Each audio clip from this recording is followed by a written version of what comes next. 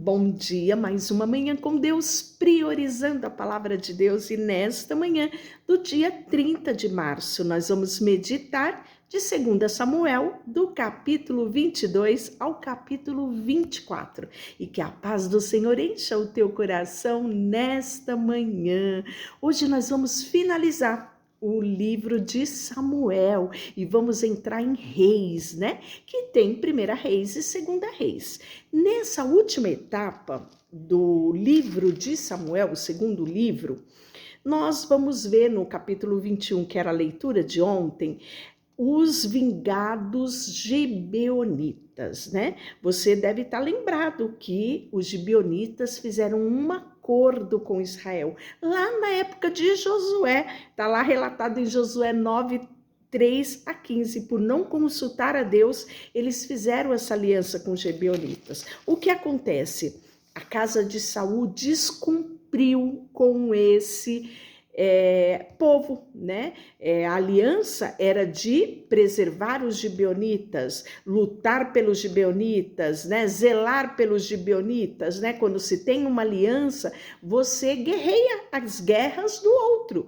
E o que acontece? A casa de Saul não lembrava disso e eles mataram muitos gibeonitas. E aí falou que na época de Davi, grande fome assolou Israel, né? E aí nós vamos ver que Davi vai consultar a Deus perguntando o porquê que estava acontecendo aquela fome, né? Que aquilo não era por um acaso.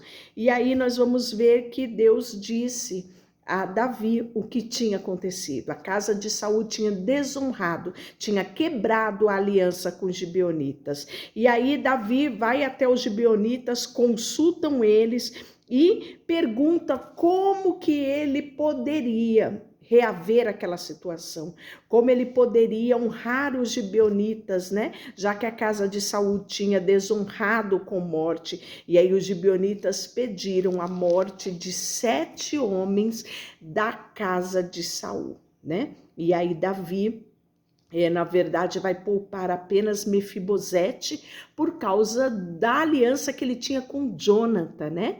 Mas foi entregue 7 homens que foram mortos pelos gibeonitas, né? E a palavra diz que após esse ato ter sido feito, a fome cessou-se, né? E aí no capítulo 22 nós vamos ter um cântico de Davi de ações de graça. Falou Davi ao Senhor as palavras desse cântico no dia em que o Senhor o livrou da mão dos todos os seus inimigos, né? Então nós vimos na leitura de ontem que Davi passou um perrengue, não é? Com o seu filho Absalão. Chorou a morte desse filho, foi repreendido pelo comandante Joabe e, enfim, aqui as águas se aquietaram.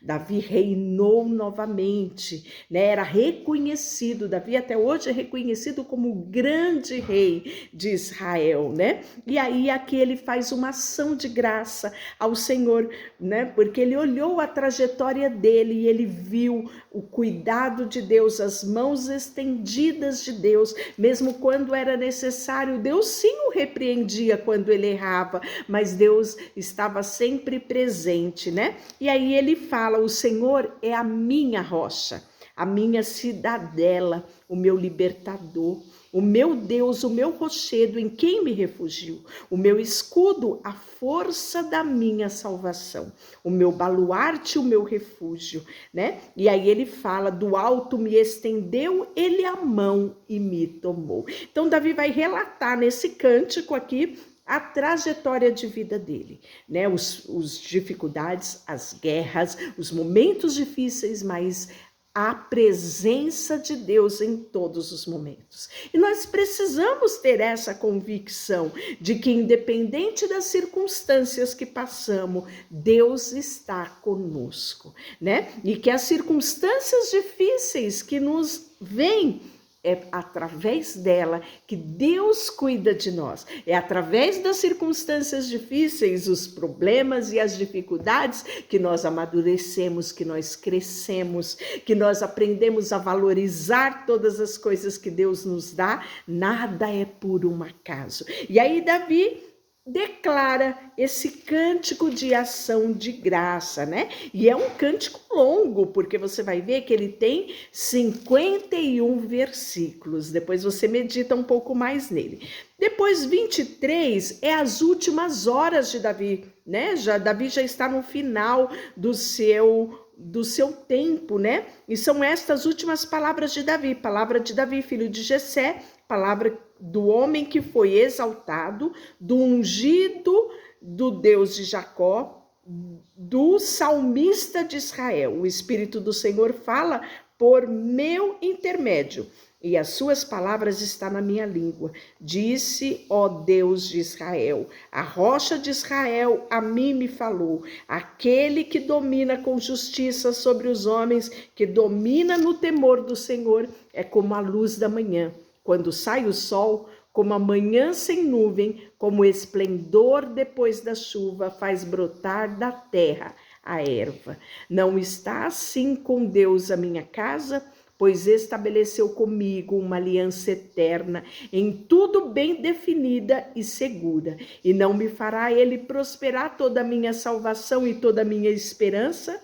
Né? Então ele aqui afirma a fidelidade de Deus, né? E ainda no capítulo 23 ele vai falar sobre os valentes de Davi. Quem eram esses valentes de Davi? E ele vai falar o nome deles: Josebe Bassebete, né?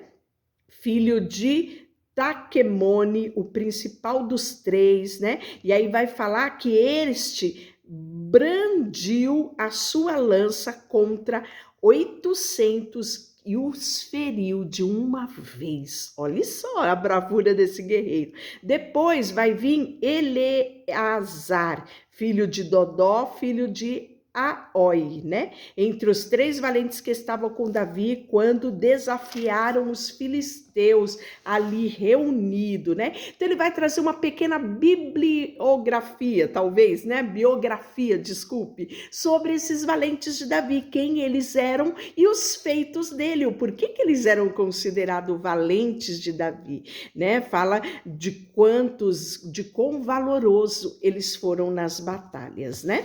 Então, aí vai tratar de um por um. No capítulo 24, Davi tem uma ideia de jirico. Não sei se você já ouviu essa expressão. Uma ideia sem muito nexo, esta é a verdade. Uma ideia que ele não consultou a Deus. Sabe o que ele decidiu? Fazer um censo em Israel. E o texto disse que tornou a ira do Senhor a acender-se contra Israel. E ele incitou Davi contra eles, né? E aí nós vamos ver que ele vai levantar um censo de Israel e de Judá. Disse, pois, o rei a Joabe. Lembra quem era Joabe? Comandante, né, do exército. Percorre todas as tribos de Israel, de Dan até Becerba, e levanta um censo do povo, para que eu saiba o seu número. Olha que necessidade, não tinha. E aí ele diz, então Joabe ainda diz, ora, multiplique o Senhor o teu Deus, este povo 100 vezes mais, rei meu Senhor. E veja, mas por que tem prazer nisso, rei meu Senhor? Joabe ainda tenta argumentar com ele, né? Porém, a palavra do rei prevaleceu contra Joabe, contra o chefe dos exércitos, e eles saíram por todo lugar, né? Passaram, fizeram e aconteceram. E aí nós vamos ver que deu Joabe ao rei o recenseamento do povo, que havia em Israel 800.000 homens de guerra.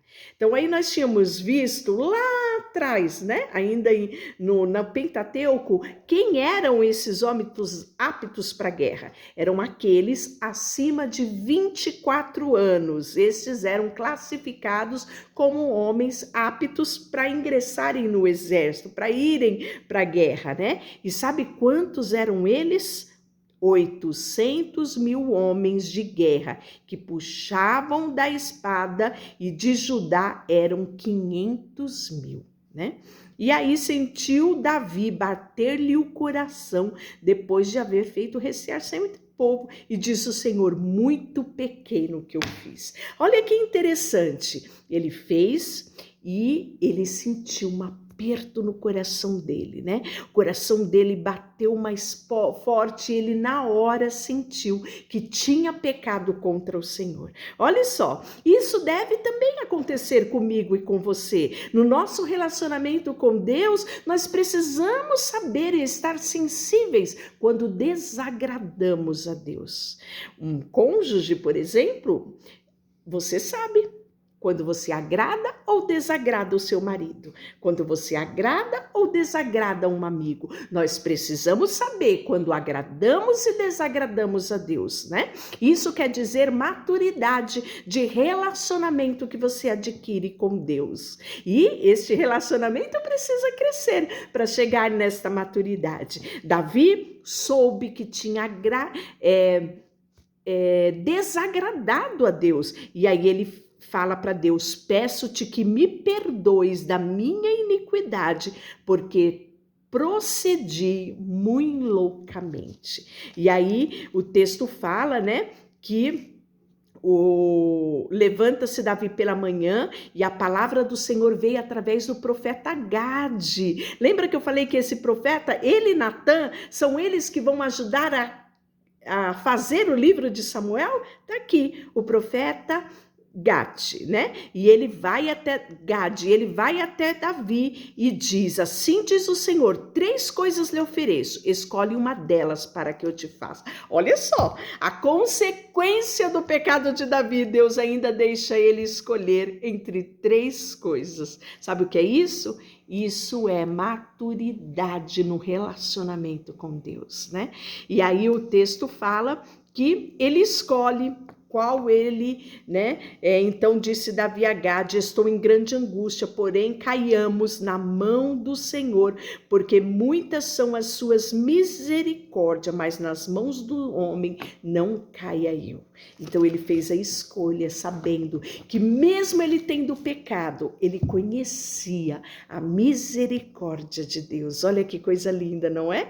E aí nós vamos ver que no finalzinho do capítulo do livro de Samuel, naquele mesmo dia veio Gade ter com Davi e lhe disse: sobe, levanta um altar na eira de Araúna, o Jebuseu. E Davi subiu, segundo a palavra de Gade, como o Senhor lhe havia ordenado, olhou Araúna do alto e vendo que vinham para ele o rei e os seus homens, saiu, se inclinou diante do rei com o seu rosto em terra e perguntou: por que vem, ó rei, ao meu senhor, ao teu servo? E respondeu Davi: para comprar de ti uma eira, a fim de edificar nela um altar ao Senhor. E aí sabe o que aconteceu? Ele: não, meu rei, como eu vou vender tudo? Aqui é teu, rei, pode tomar. E sabe qual é a resposta de Davi? E aí Davi fala para ele, né? Porém o rei disse a Araúna: não, mas eu te comprarei pelo devido preço, porque não oferecerei ao Senhor meu Deus holocausto que não me custe nada. Assim Davi comprou a eira pelos boi pagou 50 ciclos de prata, edificou um altar ao Senhor e apresentou o holocausto de oferta pacífica. Assim o Senhor se tornou favorável para com a terra e a praga cessou sobre Israel. Deixa eu orar por você. Senhor, nesta manhã, queremos aprender com Davi, Senhor, que somos suscetíveis de erros aqui nessa terra, mas o nosso relacionamento com Deus permite nos achegarmos a Ti, Senhor, com o coração contrito e quebrantado, confessar os nossos pecados, e a Tua palavra diz que aquele que confessa e deixa alcança misericórdia. Queremos colocar a nossa vida diante de Ti e crescer num relacionamento contigo, Senhor. Sabe, como Davi assim o fez, queremos caminhar aqui nesta terra todos os dias olhando para Ti e declarando que Tu és o nosso rochedo, a nossa proteção e a nossa salvação. Em nome de Jesus, amém. Deus te abençoe.